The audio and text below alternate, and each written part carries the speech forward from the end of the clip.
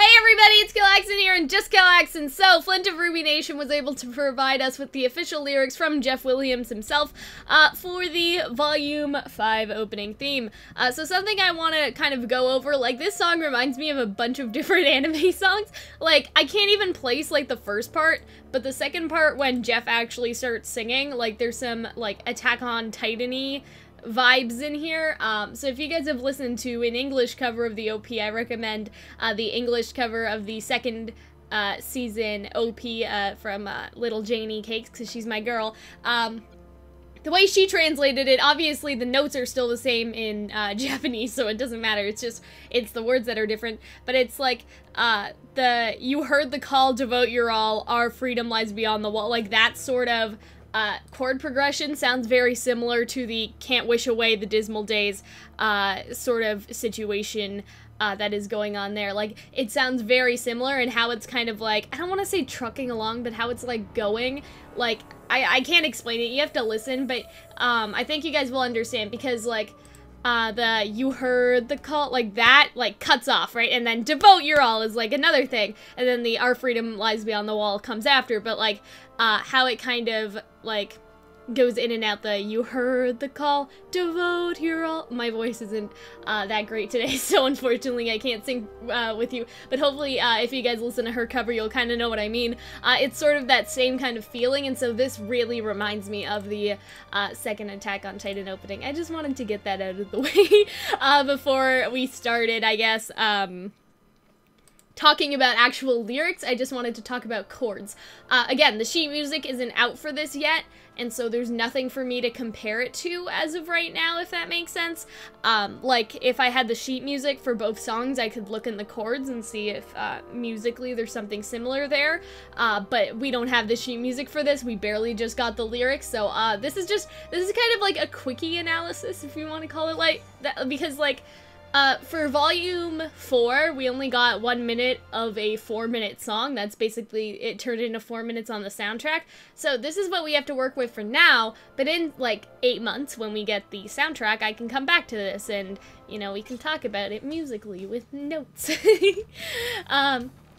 So anyway, let's get back to the actual lyrics. I'm not gonna sing them, just saying, because it just came out, so I'm not that confident in the notes yet anyway. But anyways, back to the fairy tale. So obviously, I think we all get that one, that, you know, the RWBY girls are based on a bunch of different fairy tales, and not only the RWBY girls, but also Cinder, Cinderella, Emerald, Aladdin, you know, like, the fairy tale line is very just, like, it's there, you know, we all know what it means.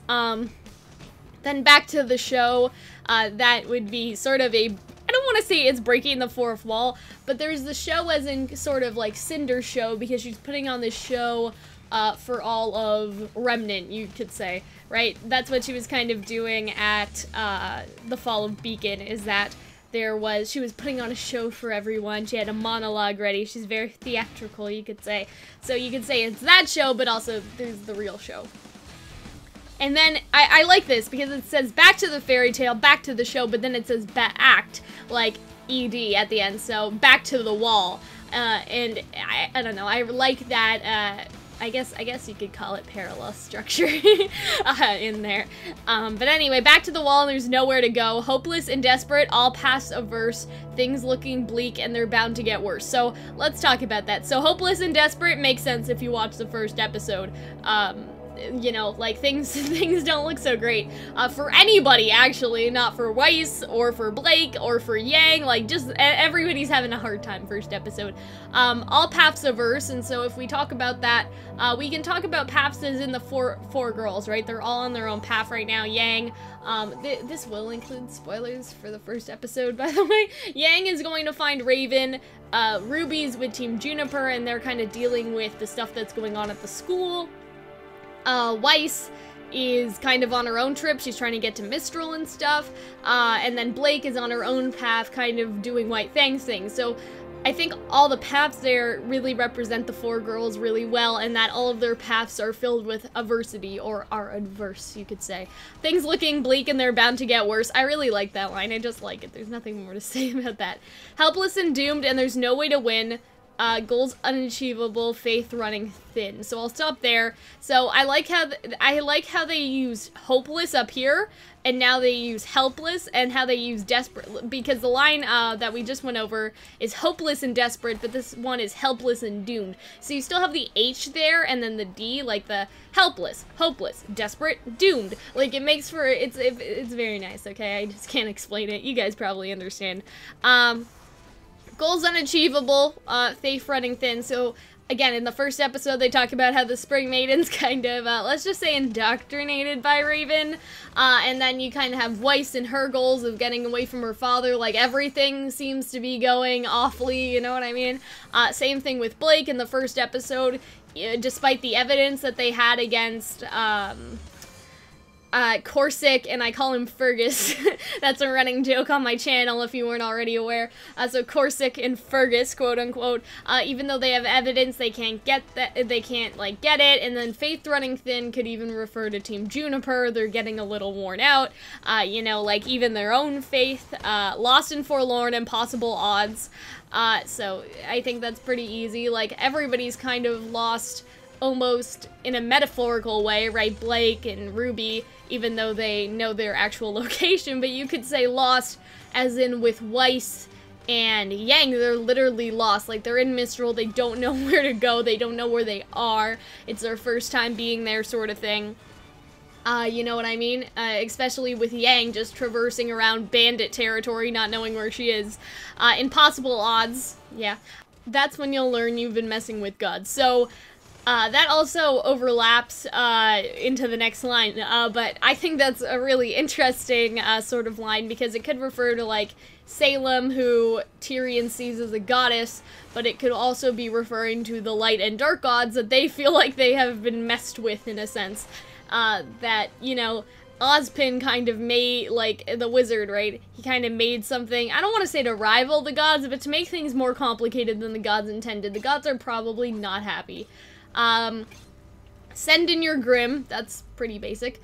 Tear off my limb. Now this actually seems just like it's supposed to be Yang singing, which makes me wonder if the full release will, I don't know how to say this. If the full release of the song will be split between the 4 girls. Does that make sense?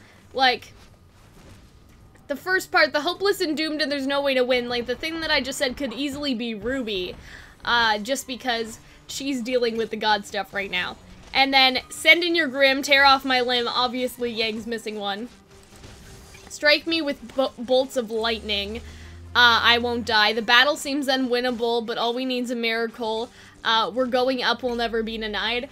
I wonder why we're going up is one of the words. Like, I can think of the elevator, I guess, in the first episode, how it brought them up to Haven, but I don't really understand that line personally. But yeah, this seems like it's just Yang singing. Like, send in your Grim kind of refers to her Yang character short. Tear off my limb, obviously. Strike me with bolts of lightning. I don't know that far yet. It makes me think of the Spring Maiden, though. Maybe they get into a little bit of a fight and Yang gets a little electrocuted. But Yang is basically saying, bitch, like, I've been through a lot. I'm not gonna die. We're going up, we'll never be denied. That seems to be going back to RWBY, like, we're going up in the elevator. You know, we won't be denied. What our mission is, because Lionheart's like, I don't wanna, and Crow's like, but you have to, bud, and then Lionheart's like, but why? And now, like, Team Juniper's kind of doing their own thing, they're like, okay, fuck Lionheart, you know what I mean?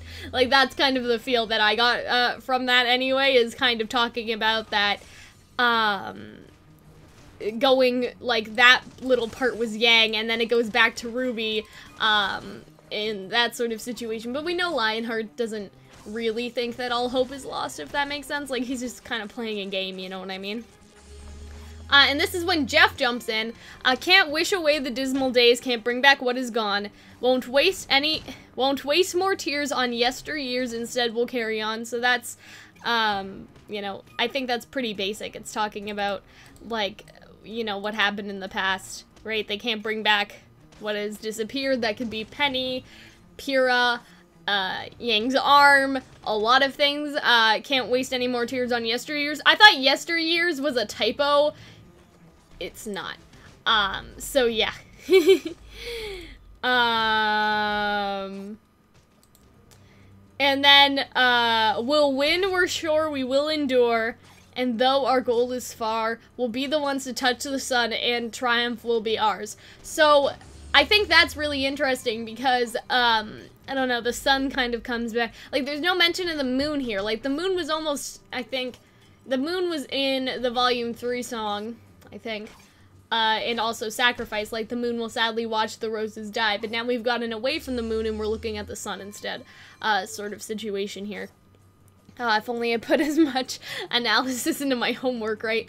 But anyway, we'll win, we're sure, we will endure, and though our goal is far, so we'll be the ones to touch the sun. That also reminds me of Yang again, because she says, I am the golden one who burns just like the sun, and now they're talking about touching the sun. It's very, you know, it's very similar in that, and triumph will be ours. And so that's basically kind of where we end, and I think this makes a lot of sense for the volume, because even though our goal is far, it's kind of like, this volume, they're not really gonna achieve it yet, but they're working on it. Like, that's kind of what I got from this volume, is it's still working on getting all of the girls together and stuff like that. Like, actually getting to the goals now. It's just, it's going, it's going.